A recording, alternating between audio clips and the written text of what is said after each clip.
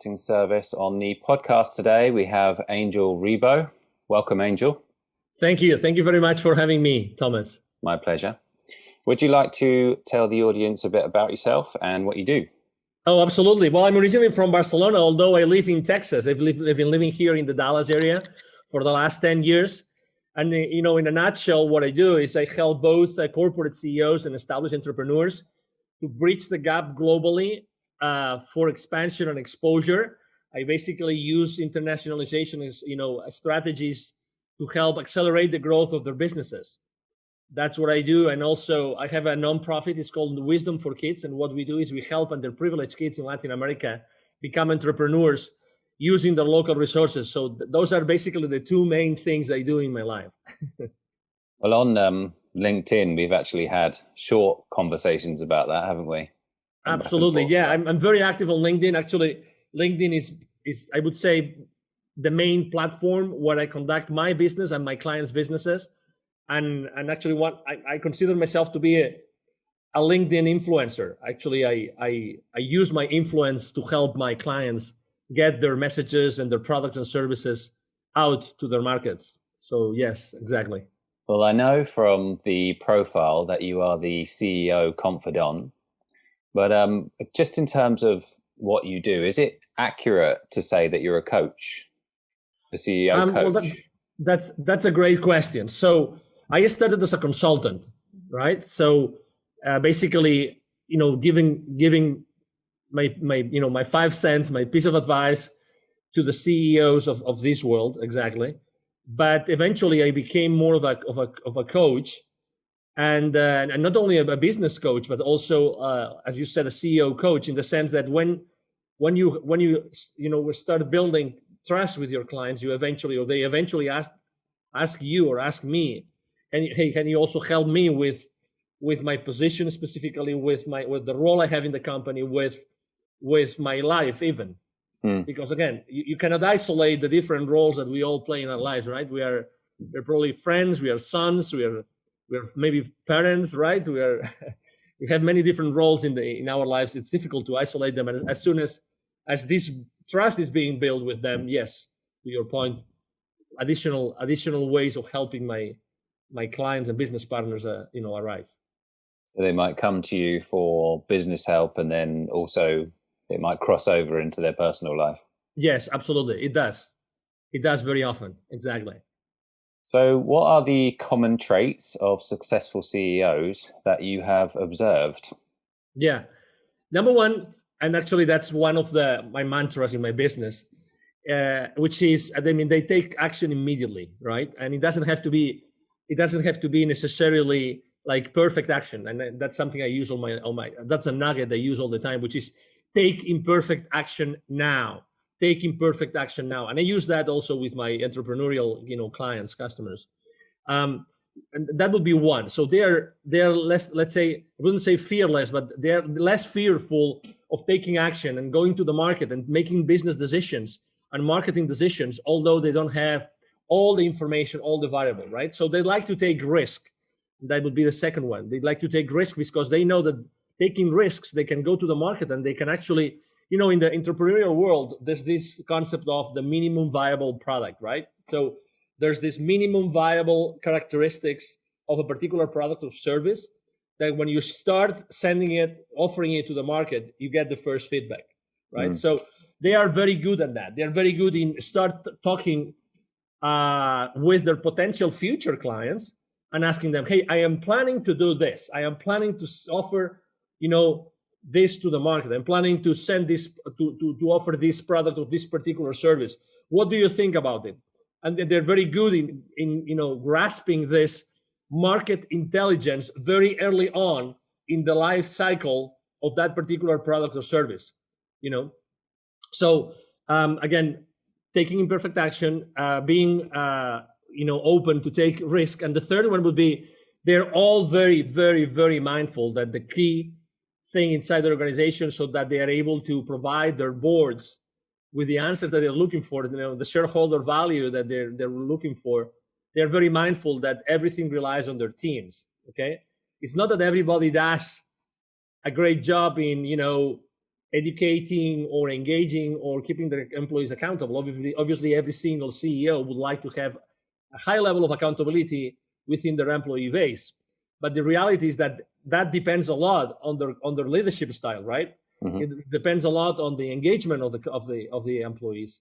But they are definitely completely mindful that and conscious that their team is everything for them, and every single decision they make as far as growing their team or maybe downsizing it whenever the circumstances make them do that, they are very, very mindful that the talent and everything that they have been developing within their team is the main asset that the company has. So they put a lot of effort in making sure that their own messages, the messages that come from the board, really, really, really go down, not only onto their own leadership team in the company, but to the rest of the employees of the organizations. Those would be my three main traits that I have found throughout my life.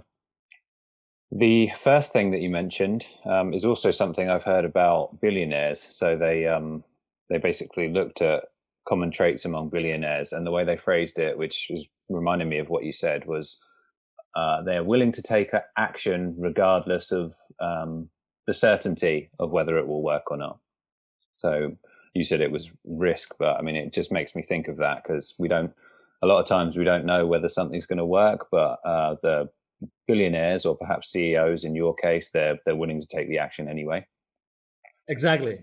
And actually this is also a common trait with not, I work a lot here in Dallas, in the Dallas Fort Worth area with entrepreneurs, with startups, and very, very embedded, let's say, in the startup world. And I work with business incubators, business accelerators. And something that I find in common all the time is that sometimes people say they really want to go to the market early, but they are fearful of going to the market.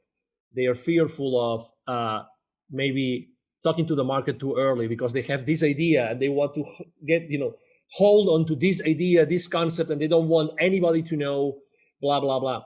I would say, I always tell them the same thing. I tell them, I'm afraid that you're looking at the world from a scarcity mindset, right? Because, I mean, of course, there's this, super multi-billion dollar, ideas like, Uber or Airbnb or many others, right? I mean, I understand that. But regardless of that, I think that it's very important that very early on, you get these early wins, that they give you the confidence to keep moving, to keep, moving forward and doing things. And I like to think of organizations. I sometimes, I have my own like frame of reference in my life. I see the life in a very specific, peculiar way. And I think that both people and companies are just energy. That's how I look at the world. They're just energy. So, a company, a startup, it's just a whole, bunch of energy that is being built by one of many different people. But at the end of the day, you want this energy to get into the market, right? You want this energy to touch the market because it's going to be, benefiting the market. It's going to be, bringing additional value to the market in the form of service or product. It doesn't matter.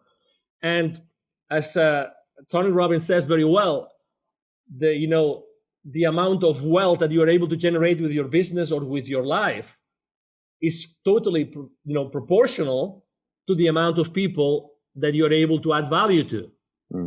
So, why being, again, although I know that intellectual property is important, why not going very early on into the market? Just take your chances and start deploying this, start testing it. Proof testing is the number one thing I always advise both my CEOs when they want to launch a new product or the newly established ones when they are starting with a completely new venture. Just don't, those precautions, which I understand come from a mindset of scarcity, and not everybody is in agreement with me, but hey, there's enough business, there's enough needs out there in order to fulfill, as much as you would like to offer to them, literally. And if it's not locally, it's going to be in other areas. That's why I'm very strong on internationalization and going international, going global, because there are a lot of products and services that are not only valuable locally, but in many other areas in the world. Well, yeah, so much so. And tell me if this was not what you were going for, but your phrase about the minimum viable product, so much so that it's actually got its own name now, right? So it's in they call it products being in beta. So, we're Mm-hmm. pushing this out and you're going to be the ones that are testing it, right? Is that kind of what you meant?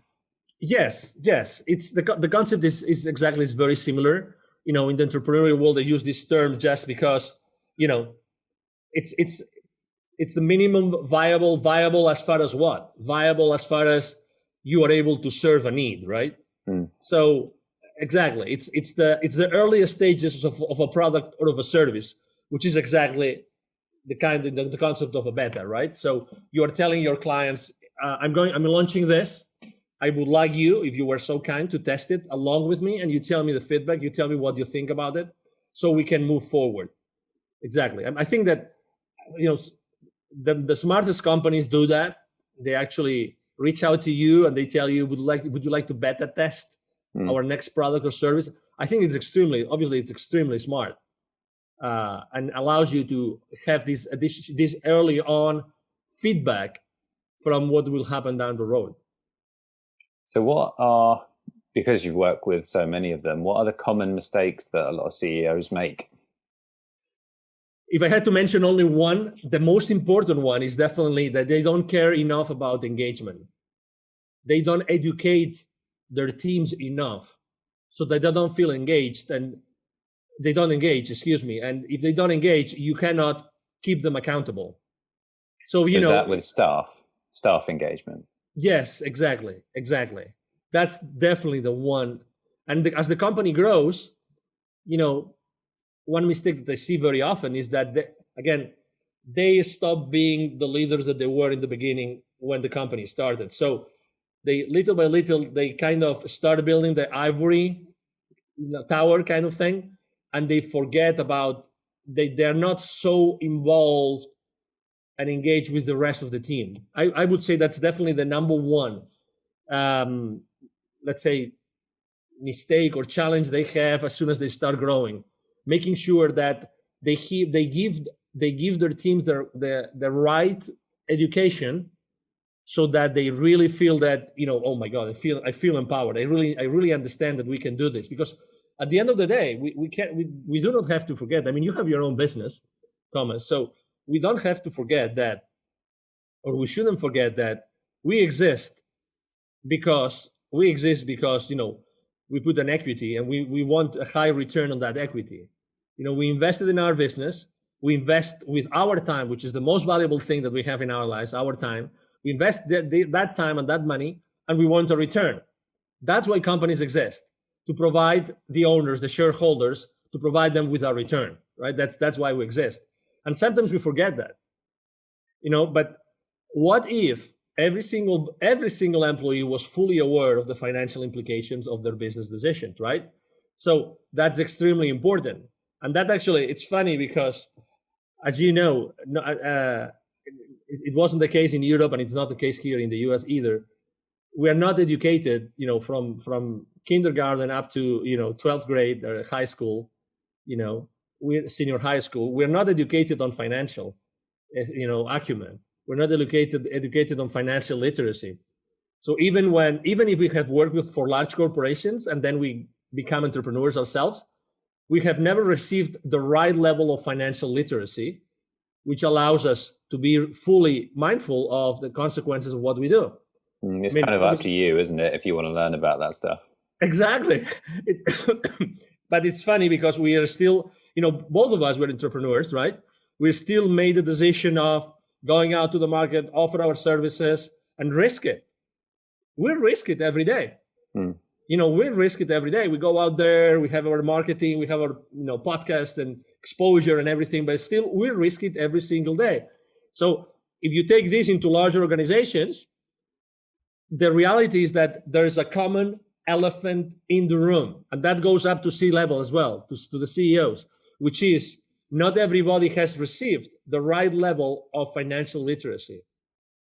I mean, I was reading the other day a great book that speaks about very basic business concepts, and uh, only 46% of C-level of business operators really understand the basic financial principles of organizations. Only. So it means that there's this big elephant in the room. Excuse me, I just let me take that back. It's 46% of C-levels are able to understand the main financial principles of the organizations. So it's not that they don't understand it. It's just that they have not been trained to do it. Mm. They have not been educated to understand fully the financial implications of the business decisions that they make every single day. That's why that's definitely the number one challenge. It's the disengagement of the employees for a lack of, or due to a lack of education. Well, coming back to your point of engagement, do you think that's a problem of incentives? So I think there's an issue with staff potentially speaking up where there's an element of risk there for them. Whereas if they don't speak up about let's say a problem or an issue, they're no worse off than they already are right there. Yeah, you're talking about another of the challenges that companies have, which is managing expectations, right? All the time inside an organization, we are always managing expectations, or our bosses or our peers are managing expectations, and we don't talk about it. There's things that we don't talk about it. To what you just said, just explained, we don't talk about it, but we should talk about. We should be working on a company, in an organization that allows everybody to speak up about anything, anything. We should be able to speak about anything inside the corporation. One of them being incentives. Is incentives an important ingredient in the engagement equation? Absolutely, it is, but it's not the only one. And again, think about your career, right? Think about your career since you had your first job until you had your last job, or even if you have a job right now. Would you trade some of your paycheck for having a better job? Excuse me, a better boss, okay, or a better culture? Would you be willing to forfeit part of your check if you were going super excited every single day to your work, to the company that you're working with? And I would probably say yes, 99% of the time. Yeah, I think there's a lot of evidence to suggest that that's the case. Exactly.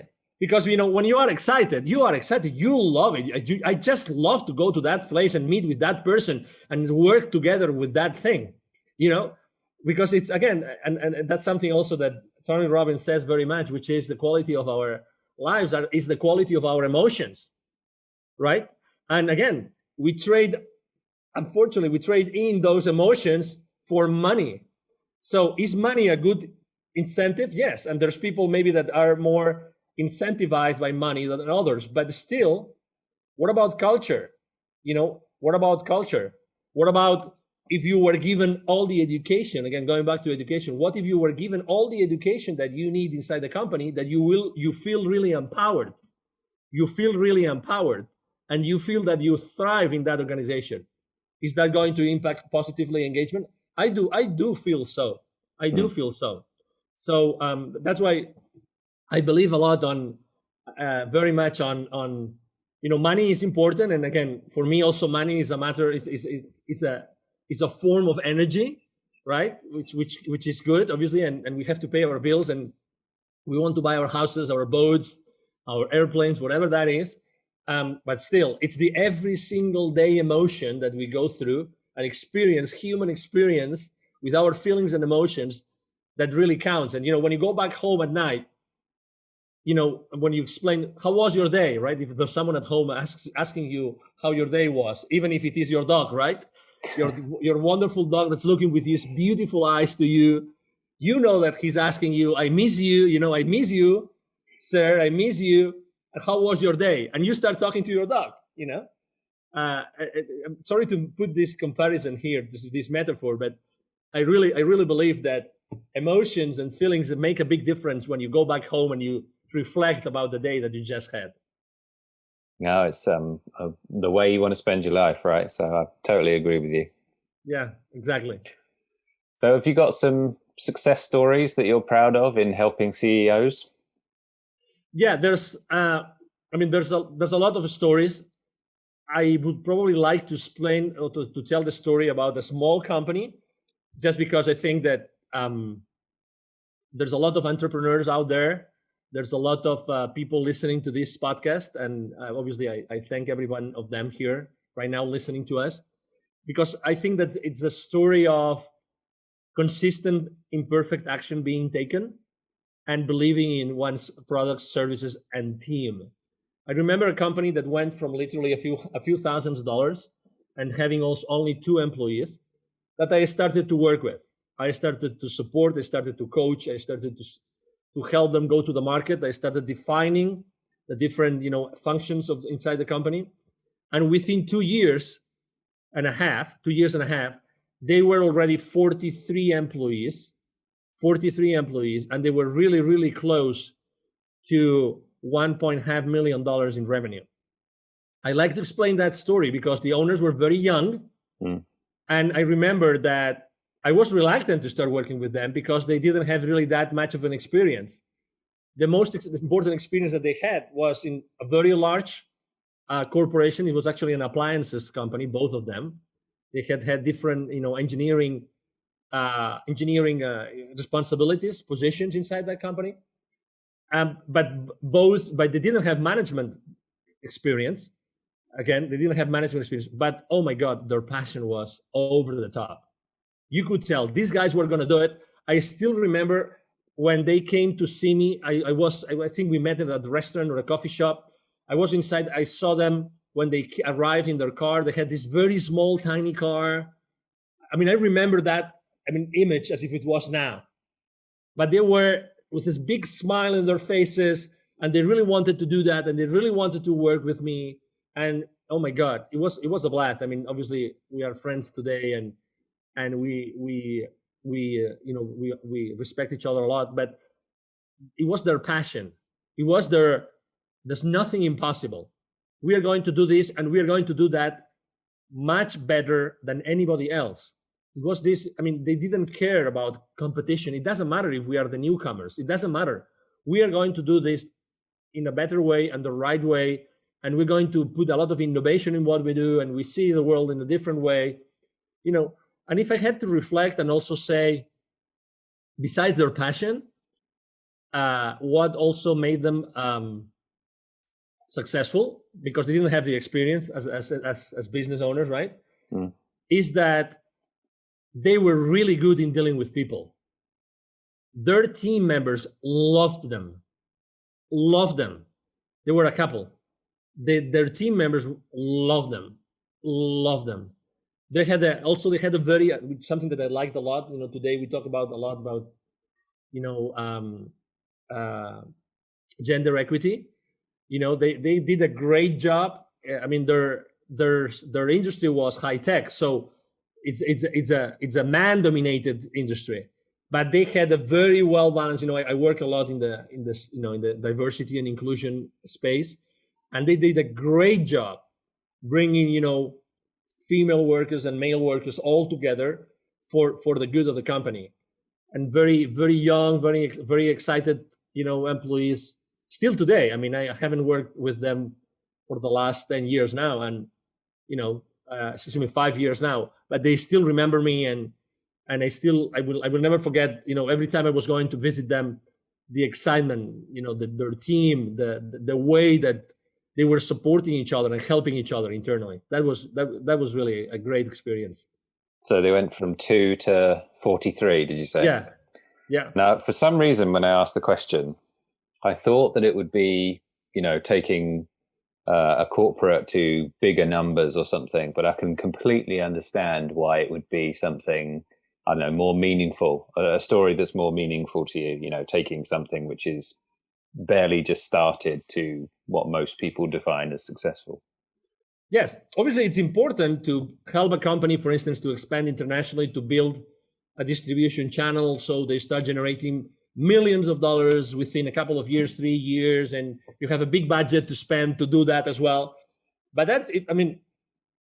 when a large corporation starts doing this, they already have all the checks and balances and everything in place. Obviously, it's a nice story, and we help a lot of people, but it's a completely different environment, right? It's a completely different experience as well. Yeah. Because obviously every single one of these 43 means 43 different families. Yeah, it's more personal, isn't it? Yes, it is. So have you noticed some trends or circumstances where a CEO would commonly reach out to you? Yes.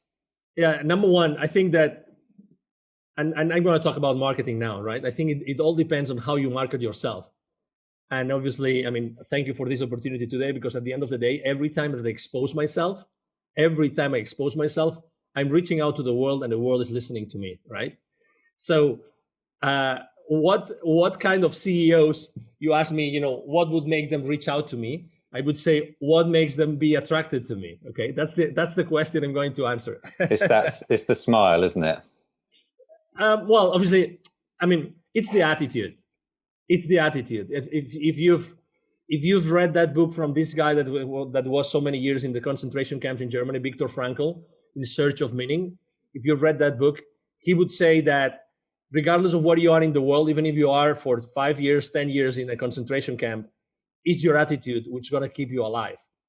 So it's the same thing. So I think that number one, obviously, people reach out to me because they have something that they want to do, or they have something that they want to get rid of, and they are looking for help. So number one, they are humble enough to ask for help. That's the number one thing. Those CEOs know that they need help, and they think that they could help them, either because of my professional background, or either for the values that I put out there every single time I go out there with any of my marketing strategies, right? You probably have seen that. Exactly. I'm very active on LinkedIn. I post every single day. I make a mix of my clients' content, my content, very personal things. I actually talk very personal very often. Last year I talked a lot about building bridges and these kind of things, right? I like the comedy. Yeah, exactly. And I like to connect. Like at an emotional level, right? And at a very human level. So I stand for humility. I stand for probably acceptance. I stand for gratitude.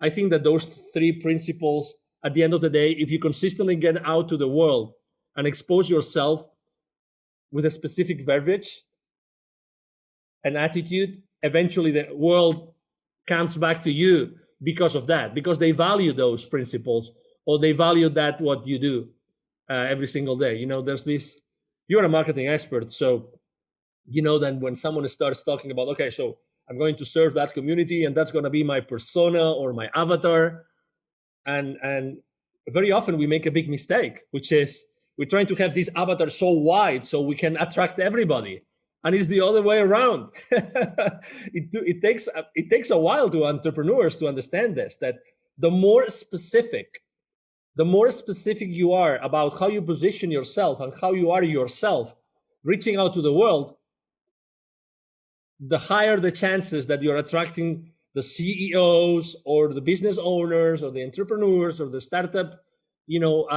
leaders that you want, that they need your services, that you want to attract to your practice. If you're marketing to everyone, then you're marketing to no one. That's exactly the quote that I use for that one. So would you say that it's about they're looking to achieve something, and they're not 100% sure on what it is that they want to achieve, but they see you as the person who can help them get there, basically? That's a possibility. I would say that sometimes they know that they need help, but sometimes they're not able to put it into words perfectly, and it would surprise you from a high level executive, right? But at the end of the day, it's they're humans. They're human beings, and you don't know the circumstances that made that person become the CEO of that organization. You have no idea, right? I mean, you just guess, right? You go to Facebook, you go to LinkedIn, you look at their profiles, right? And you just guess what they went through in their lives, but that has nothing to see. I think that anything holds on paper. Anything. You can justify anything just because of a piece of paper, right? But what is the reality behind that?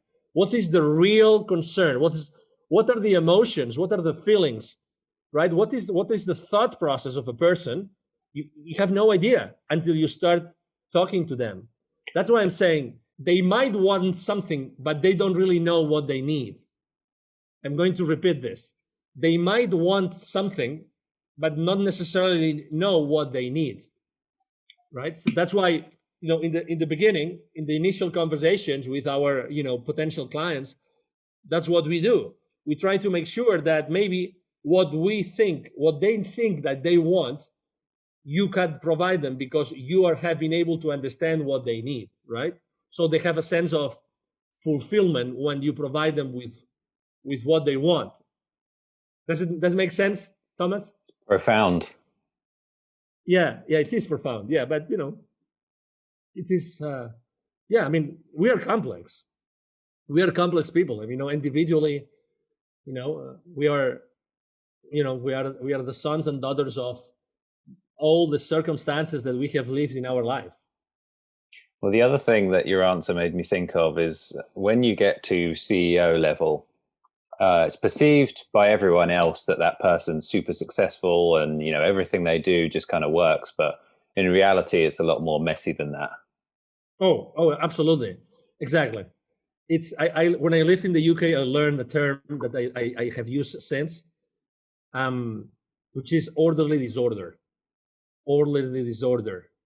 Okay, so we would think that CEOs, besides being successful, besides having a nice paycheck, right? Besides all of that, they have a very ordered life. Or maybe they have an orderly disorder life. I would say they don't even get there, to be honest, because most of the time they have had to sacrifice some aspects in their life, some of the roles, in order to be so successful. Okay, so again, we're going back to the same place. It's like when you are a CEO and you go to meet your board, the shareholders, right, the investors, it's like when if you're ever being called, Thomas, to the principal's office, it's kind of the same thing. He's still a human being, or she is still a human being. The CEO is still a human being, and they have to respond to the commitments that they made the previous quarter or the previous fiscal year, right? Whatever the checks and balances are. But again, they are still human beings, and they have had to sacrifice because how many hours, is it 168, right? Hours a week. So we have 168 hours a week. So that's how many hours we have, all of us. It doesn't matter if you are the CEO of General Electric or British Aerospace, or you are a small business owner, or you are an employee. It doesn't matter. We all have the same amount of hours. So what do you do? What do you sacrifice? Are you obliged to sacrifice? Probably you are too. You are. So are you at the right company as a CEO? That's another question that sometimes I help CEOs to answer. Are you at the right? I mean, what is the toll that this role of yours is taking into your life? What is the toll? Are you willing to keep on paying that toll every single morning when you get into your car and you're driving towards your office? Is that still enough? Is it still paying off? Are the dividends, are your personal and family dividends enough? And for instance, a family is a good indicator, right? Family, kids, wife. This is a great indicator of someone's life, of someone's quality of life. Because, I mean, obviously not everybody feels compelled to have a family, but the ones that do, very early on, they realize that they want to really live the lives of their kids. Otherwise, someone else is going to be, raising them, excuse me. Yeah. Do you find that asking that question, typically, are they in the right role often, or are they often not in the right role as CEO or in the right company even? Most of the time they're in the right, they are in the right. Well, they think they are because, I mean, they have been reinforcing that thought for how many years? How many years did it take to them to be in that place? So can you imagine how strong those neuronal connections? Let's talk about thoughts, right, and beliefs. Considering the neuroscientists, the people that know much more than me about thoughts and ideas and beliefs, they say that every single idea is a neuronal connection in your brain. The more that connection fires together, it wires together. So imagine someone that has been for their entire lives, firing together those thoughts. I have to do this because I want to reach the summit. I want to reach the summit of my corporate career. I want to do that. I want to do that. So their thoughts are very strong, very strong. So then it's when you ask the right questions is that they start opening themselves and they start valuing and assessing the decisions that they made throughout their lives. And there might be my questions, or there might be maybe some incidences that happen in their kids' lives or in their relatives' lives, or even at their parents' lives.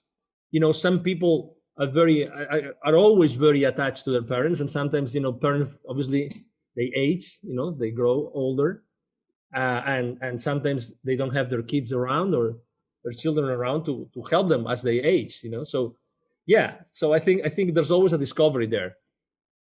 Well, I think that I heard that regarding changing people's minds, the sort of the emotional feeling that people have around changing those beliefs is because in the brain, it's located near the pain center. So it's almost like if I have to change my mind at this point, it's actually going to be painful for me. That's the link that's somehow there. Although I'm no neuroscientist, so that might be completely wrong. Yeah, I don't know about that, but obviously, we are still animals. We are sophisticated animals, and our brain is still, the heritage of this animal kingdom that we originated, initially, and we have to.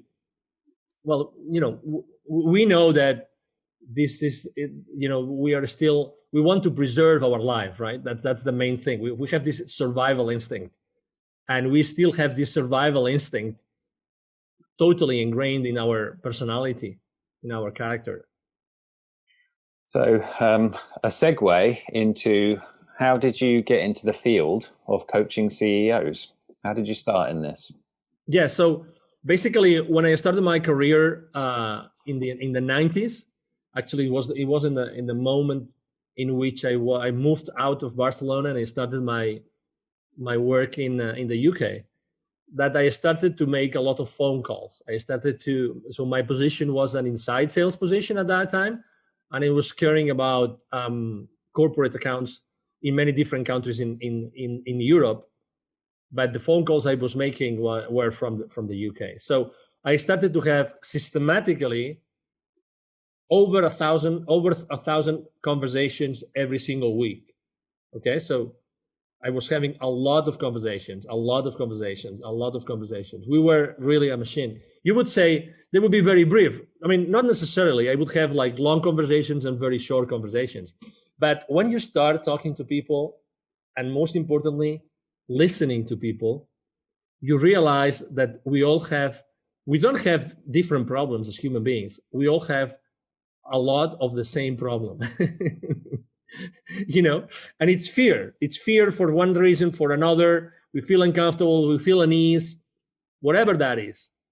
And that relates to our company, it relates to a business, it relates to our employees, it relates to our finances. But at the end of the day, we all have the same thing, which is we are fearful for something. There's something that we would like to feel more comfortable about, right? And that's so when you do something systematically, and when you do something over and over and over and over again, you start seeing, commonalities. You start saying that, oh my God, maybe there's something here that I'm realizing. I'm realizing that if I listen properly and if I ask questions, I'm realizing that I'm giving these people with the right level of, trust, or with the right level of, not trust, confidence, excuse me. We use the same word in Spanish. So, and that's when I realized, oh my God, I really can do that. And also something is that I was very good in dealing with gatekeepers. So I would reach out to C-level executives with some frequency. So I realized that, again, these people were, exactly the same way that the people at the bottom. You know, maybe they were more scarce in time. I get that, right? Because they have a lot of things to do in a single day.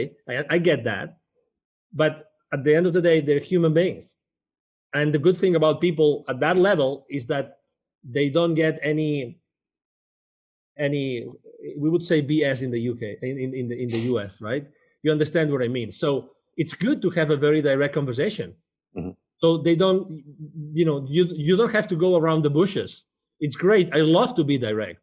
I love to be in a conversation in which, we spend 5 minutes and not 30 minutes, or we spend 10 minutes and not, 1 hour. You know what I mean? I like to have a straightforward conversation. So this is the deal. This is what I would like to do. This is what I would like to accomplish, blah, blah, blah. I like that.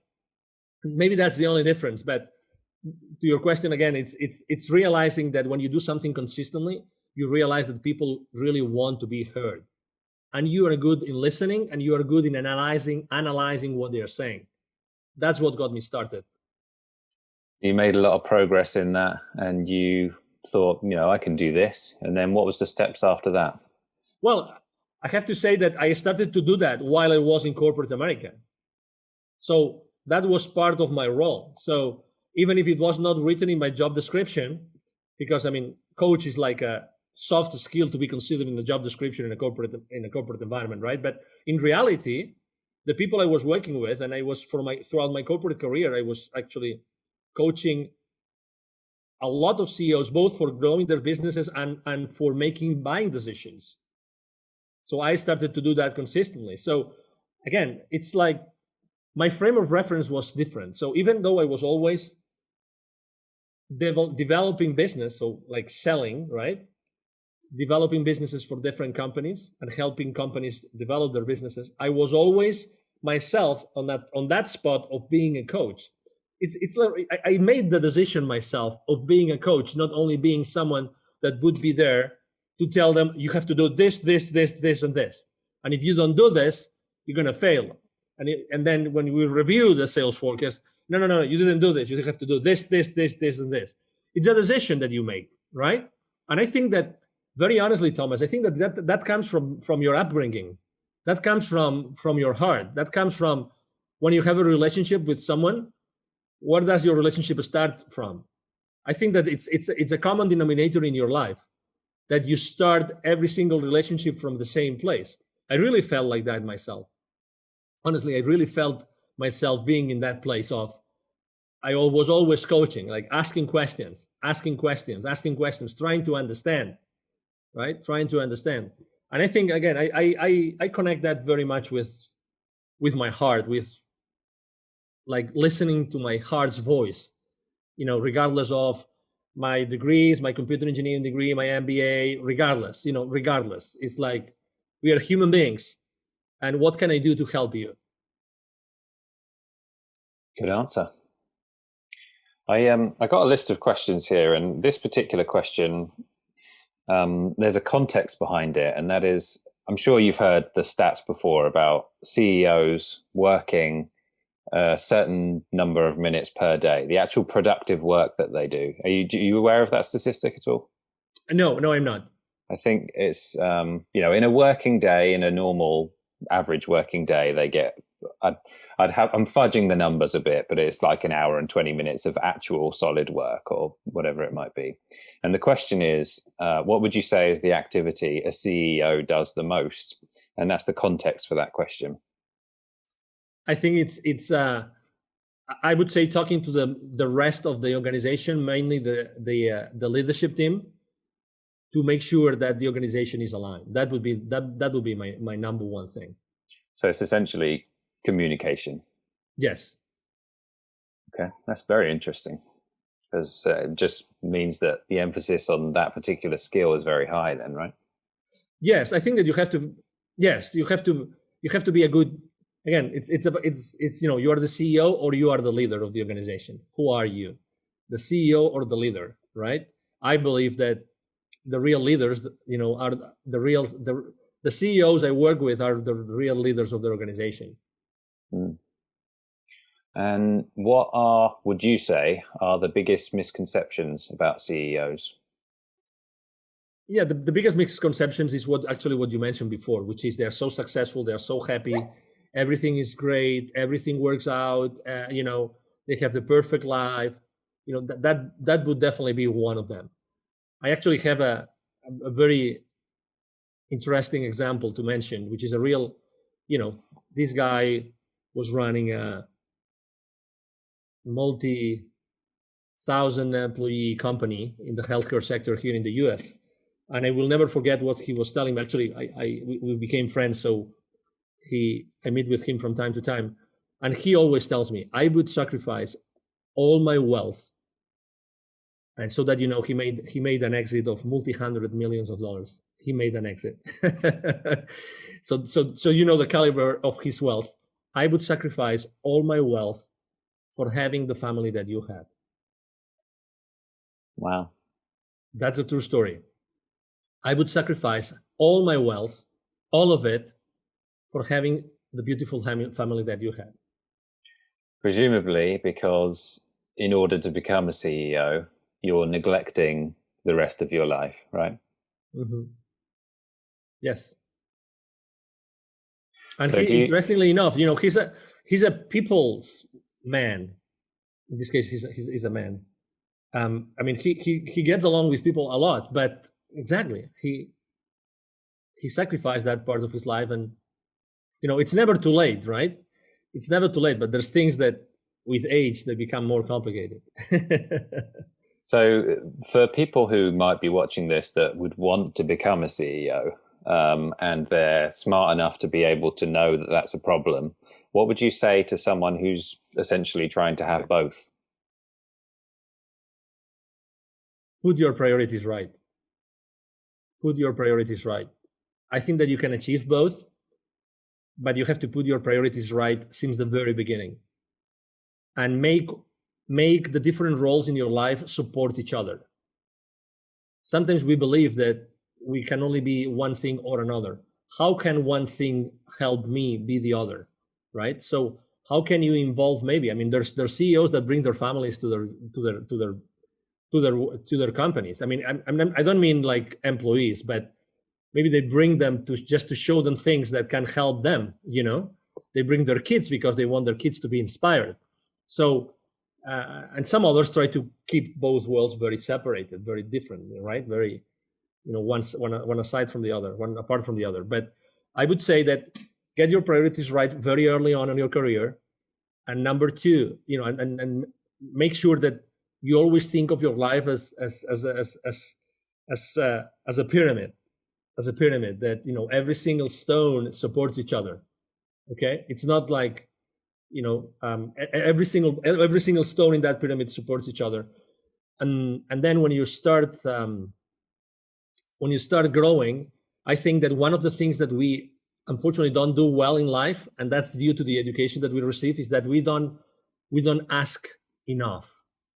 We don't ask enough, and I think that's a common denominator inside in the corporate world too, is that we don't set the right expectations, or we don't ask enough, or we don't ask enough questions to the right people expressing what we can do and what we want to do for that organization. Okay, I've seen people progressing inside their organizations, becoming the CEOs, and those were people that were obviously, they were very passionate, they were very clear, they were very focused, but at the same time, they were asking the questions, and they were asking that they wanted to do some things. We tend to be, in general, asking questions aloud and to be exposed is not properly valued, socially speaking. It's identified as you don't fit in because you ask that uncomfortable question. I think that we all should. If I started my life again, all right, if I started my life again, I would probably ask more questions and continuously ask questions and ask to receive. And there's a universal law here, which is the law of reciprocity. I think that we don't receive enough because we don't ask enough. I think there's probably also an issue there with, I think that human beings feel like they're more transparent than they are. And I don't know if that's a psychology issue from when you're, when you're brought raised, and you think your parents seem to know a lot, and you think that everyone else seems to know what you want, but in reality, people know very little about what you want. Well, let me tell you a very simple example.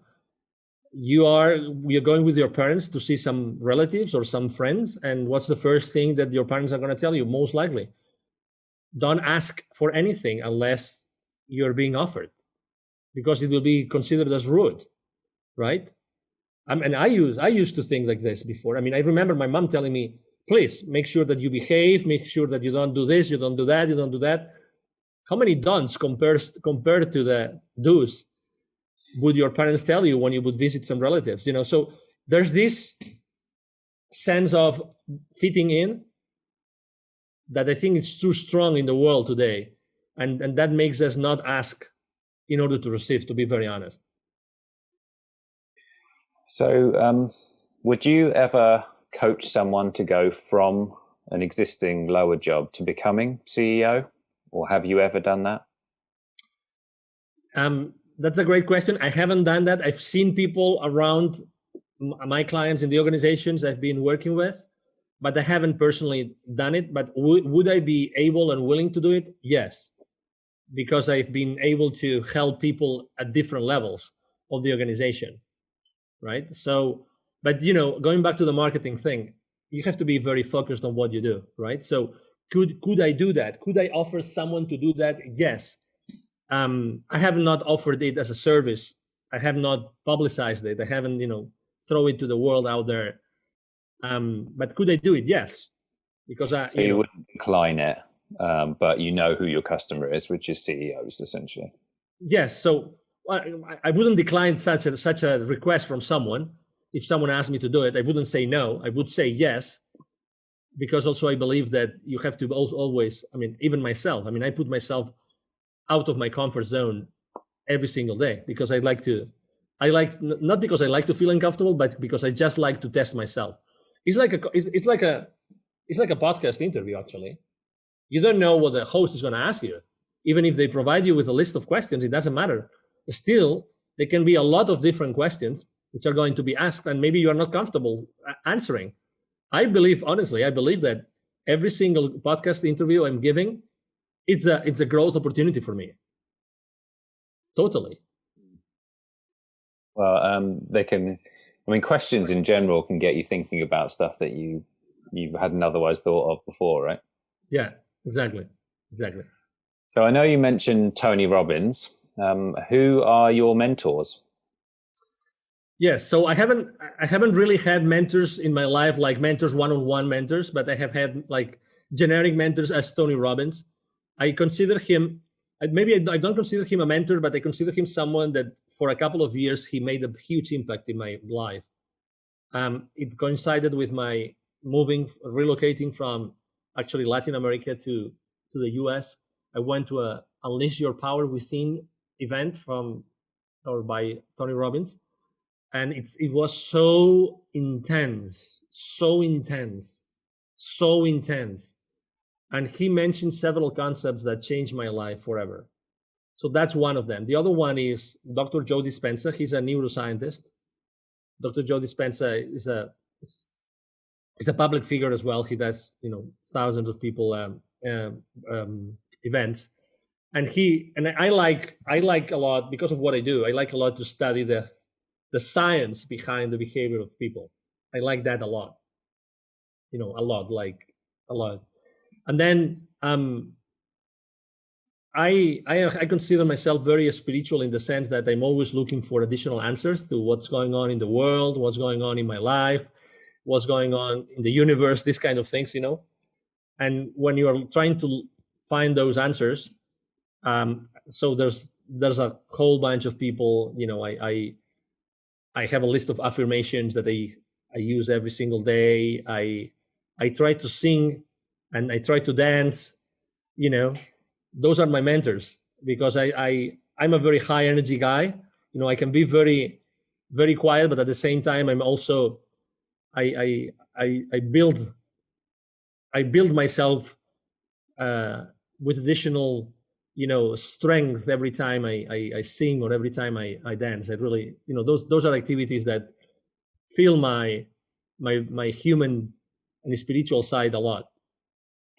Well, I like the story about the UPW event. I haven't been to one personally, so it's interesting that you say that. It makes me want Yeah, to go even more. very intense, very, very intense.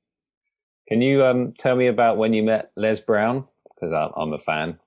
Yes, of course. I sit on the board of an organization called Evolutionary Business Council, and I we are basically a group of very highly influential people in the world. We are like almost 600 million people altogether of outreach. And we are only 320 people in that organization, but that's the combined outreach that we have. And we very often invite people like Les Brown, and he's actually a member of the organization. Okay, so we invited him, and we were together in Costa Rica, and we had a blast. We were like 4 or 5 days together. It was a very small event, and yeah, we became very close. I mean, we have now common friends, and there's people that in his team, and he is actually I have interviewed him for my activities. I remember one time I did a telethon, like a 22 hour straight of live interviews on Facebook, and one of my interviewees was actually Les Brown. And since that was 4 years ago. That was 4 years ago. You've probably seen the picture online, my picture with him, right? And we've been in contact. I met his son then also as well. I met his daughter. Yeah, he's an extraordinary human being with a great Yeah, team. I've quoted Les Brown many times, so Yeah, I'm a big fan as well. yeah. But yeah, great story. I've been doing our podcast. I did a little bit of research, and can you tell me about your goal to help 810,000 kids to become entrepreneurs? Yes. So when I started, Wisdom for Kids, basically I started assessing what's the need in Latin America, and the need is very clear. There were 81 million kids in Latin America in 2012, according to UNICEF figures. So I had when I was living in Latin America, I lived in Latin America for 10 years. When I was living in Latin America, I was seeing the poverty all over the place. So when I left corporate America, I decided to start with a couple of friends. I started Wisdom for Kids, which is the foundation that I'm the president of, and I co-founded. And what we do is we help underprivileged kids in Latin America become entrepreneurs using the local resources. So basically, I saw this huge opportunity of helping kids with my entrepreneurship skills and my friends' entrepreneurial skills, and also to connect those worlds, the worlds of the very highly influential people in Latin America I had met when I was coaching, because I coached a lot of people in Latin America, a lot. And I lived there for 10 years.